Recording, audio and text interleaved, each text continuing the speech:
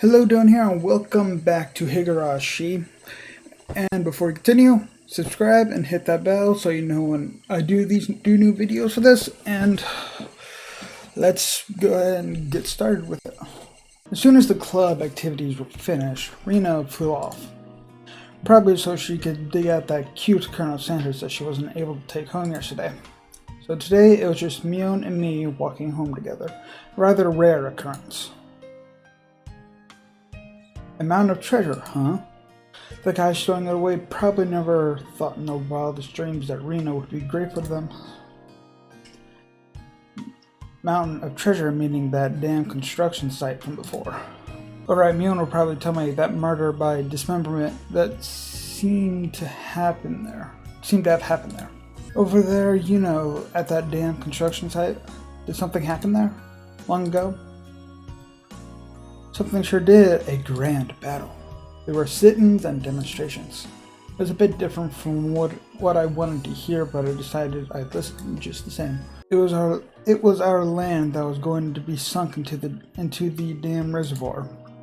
I would have fought as well probably. The government guys were really adamant about it, acting all big and full of themselves. Since they figured out that they couldn't settle it with money, they did a bunch of nasty stuff. They were nasty guys. Mion spoke excitedly as if the whole thing was happening right in front of her. I'm amazed you guys won. You're facing the federal government, right? The mayor and prominent figures in the village all signed petitions. They went to Tokyo and struck deals with legislators. Now, as a result, the development plan was retracted. It was our complete victory. There wasn't any violence, was there? Like assaults or murders? None. She promptly cut me off. The same as Rena had. Her words signaled the end of discussion. Tomitaka-san said one arm wasn't found in the incident. I thought that a murder by dismemberment had occurred, but I guess I was wrong. My curiosity unsated, I sighed dejectedly inside. Later. See you tomorrow. Kei-chan, you can't wash that off until you get home. Got it? I got it, I won't. I forgot that she put that crap on, that she wrote on his face. Mion held back her laughter while stealing glances at my face. I wonder what kind of nasty doodles they drew. Oh, he doesn't even know what was drawn. Damn you, Mion, you shall rue this day. If our roles are ever reversed, I'm going to slop it on. All over your face so you won't be able to take it off, even with a scouring pad. Upon arriving home, I ran straight into my room, straight into my mom, embarrassing myself yet again. The mood I had come home to was already on edge. It's not an uncommon thing in our family. Whenever Dad can't come up with a good idea, it always ends up like this. He stomps around the house with his arms crossed. Mom whispered into my ear, "Welcome home, Kichi. Dad, he's in a bit of a rut right now, so don't bother him, okay? You can't come up with a new idea. It's because the deadlines are so close together this time. Your dad needs time to recharge or he doesn't work as well. Dad's paintings feed our entire family. If he runs out of ideas, then it's the end of the Mybros. We've never gone hungry before. Could it be that my dad is a master painter? Wouldn't it be easier to get an idea taking a walk outside rather than wandering around the house?" The theme of the piece this time is in the household. So it seems your dad wanted to use the house as a motif. That's quite a bothersome motif. Kichi, pick up your room. It looks terrible. Sorry, I'll clean it up later. Oh, come on, please don't use my room as the motif. Kichi, there's still some time before dinner. So please go take a walk out back or something. His bad mood is only temporary. As soon as he gets an idea, his mood improves and he starts humming. Till then, it wouldn't be a bad idea to just go take a walk so I don't aggravate him further. Well, I guess I will then. I said I was going to take a walk, but I didn't have any particular destination in mind. I just needed to kill some time. I got on my bike and pondered where to go. I could just go read at the bookstore, but it would take about an hour to buy a bike to get to town. It would be dark by the time I got back, so I didn't want to go unless I had to. The roads at night here at Hinozawa creep me out. If you or Satoko ever found out about that, I smell dryly. Oh yeah, Rena was probably still at the mountain of treasure, the damn construction site. The excavation of Colonel Sanders was probably taking her a while. It wouldn't be so bad to have her owe me one. She might return the favor next time we have club activities. With a little bit of self-interest in mind, I set off towards the damn construction site. Tomitaka-san might be there as well. The only person with information about the incident that both Rena and Mion denied knowing anything about it. If I met her again, I'd like to ask for more details.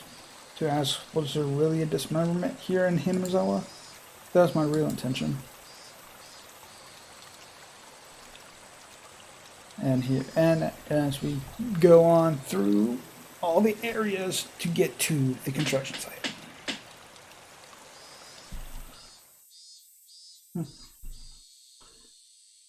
I spotted Rena struggling up on the slope of the garbage pile. It looked like Colonel Sanders was lodged in there pretty firmly.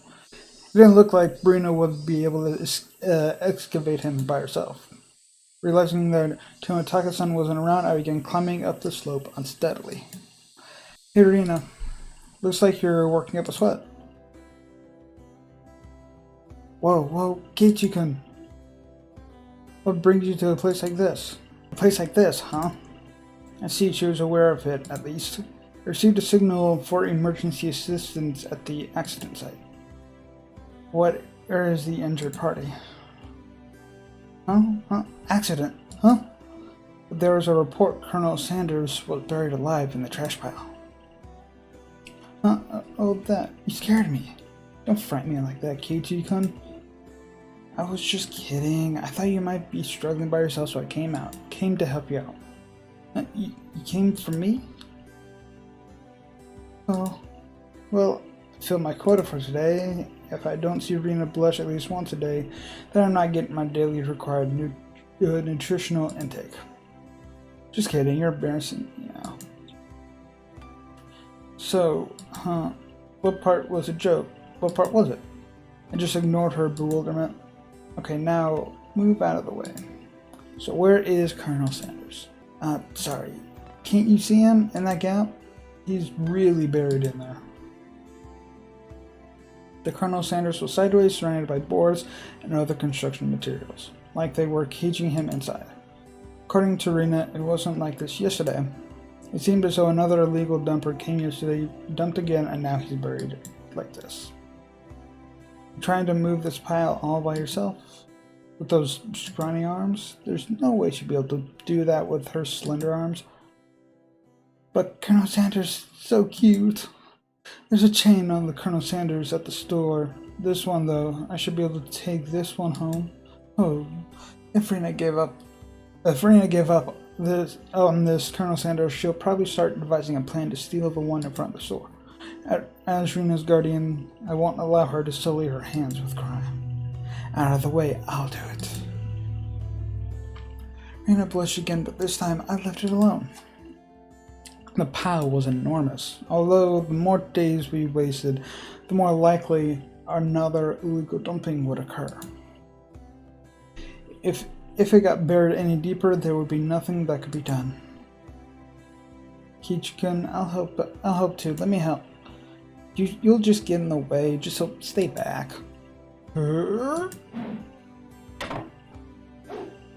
Pulling out scraps, bending them, tossing them aside, and quickly become covered in sweat and dust.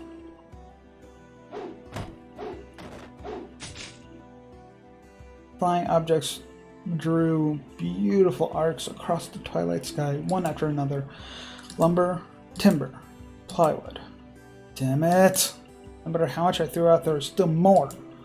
Even though I could see Colonel Sanders right there. After grandstanding like this in front of Rena, I felt frantic because of how little I had progressed. If I was going to do this seriously, I'd need an axe or saw or something. That's enough, Kichi-kun. You're so sweaty. You don't have to try so hard. I'm doing it for you, Rena. Don't worry about it. Rena began sputtering and turning beet red. Whoops, I meant to say I'll try my best so as to keep her from becoming a criminal. Oh well. I guess I just need a break. This is pretty tough. I sprawled on my back over the grassy slope. I'm so sorry. You're covered in sweat. Rena patted her handkerchief against my forehead. It felt pretty nice. But wait a minute here, okay? My house is pretty close. I'll bring you some barley tea, okay? Leaving the handkerchief on my forehead, Rena took off running. The cries of the Higurashi gently cooled the air. As I was certain that Rena was gone, I picked myself up and headed towards what I discovered earlier. It was a garbage pile of magazines and newspapers bound up in twine. Unless I'm mistaken, I believe it was around here.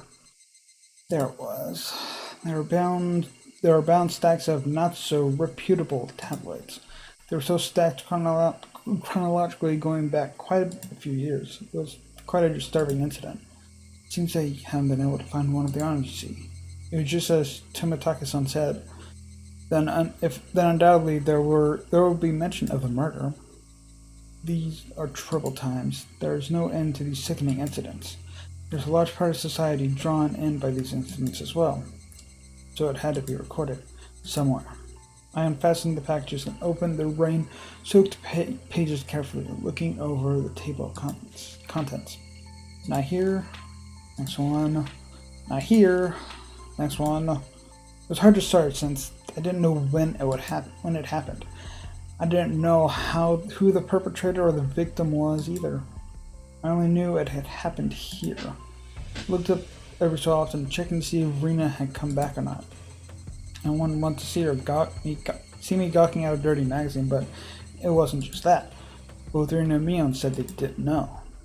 But it had happened without a doubt. As long as Tomitake-san wasn't lying, of course. Then if both Rena and Mion, yeah, there was. If they had just said that, then I wouldn't have gotten so hung up on it. An incident that neither Rena nor Mion wished to talk about. Trying to uncover it after they tried to conceal it out of good intentions, it made me feel like I was acting against my friends. Hinazawa, dam worker lynching, murder by dismemberment. Here it is. The featured article was in the back, and it seemed that there was a photograph in the colored pages at the front. The pages of the featured article were stuck together and weren't easy to open. Rena could return at any moment. Feeling rushed, I gave up and opened the photograph page. The police investigators were carrying a body bag. The newspaper reporters were all bathing it in camera flashes. The image was blurry and hard to understand, but I could definitely make out the headlines.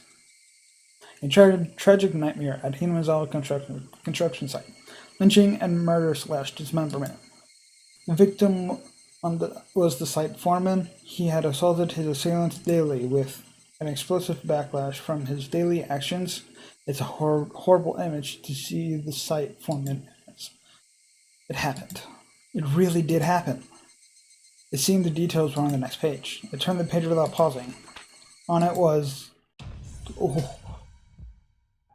The assailants butchered the victim's body with hatchets and pickaxes, then used the axe to split the cadaver into 6 pieces: the head, arms, legs, and torso. I could understand from the headline that it was just too terrible an incident. Normally in lynching is just assault and murder, right? Dismemberment with hatchets and pickaxes. That wasn't a lynching. It was a merciless killing to the letter, a brutal murder, done by a group of people with hatchets, axes, with an axe. Ooh, I never forgot something. For some reason, I keep forgetting about that.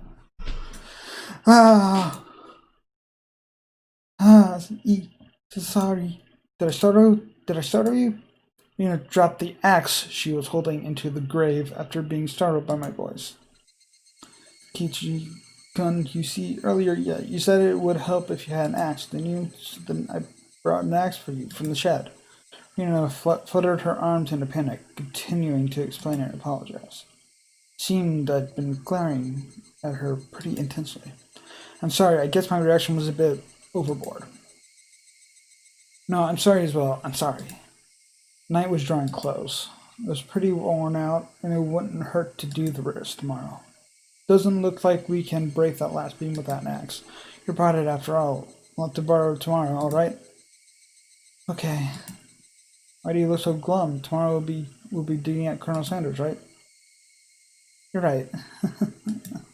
I really want to take Colonel Sanders home soon. We both knew it was useless to apologize any more than that. I quenched my thirst with the barley tea Rena brought and wiped off the sweat that had now gone cold.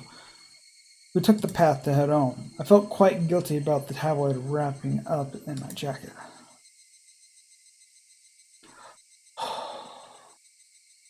I think that might be the end of the chapter. I wanted to do this one to end the chapter. And I knew it was going to be shorter because... Oh, one man's trash. Okay. I knew it was going to be shorter because last time it was like 33 minutes for chapter 2, so I knew this one would have been. So I want to take a quick look at these. We're a mixed grade, we don't have a uniform. The Migra Manor, the damn side murder dismemberment newspaper, Hinamizawa Dam Project, special tabloid report.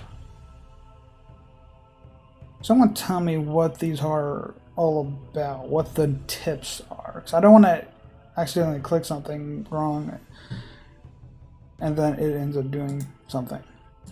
So, someone tell me out there what these are, or if these are just like a cat or something where you just could catch up on where you are in the story. So someone just tell me. So that was the end of chapter 3 of chapter 1 of Higurashi. So I hope you enjoyed this. And like I said at the beginning, subscribe and hit that bell so you know when my new videos for this series come out. And I hope to see you next time. See ya.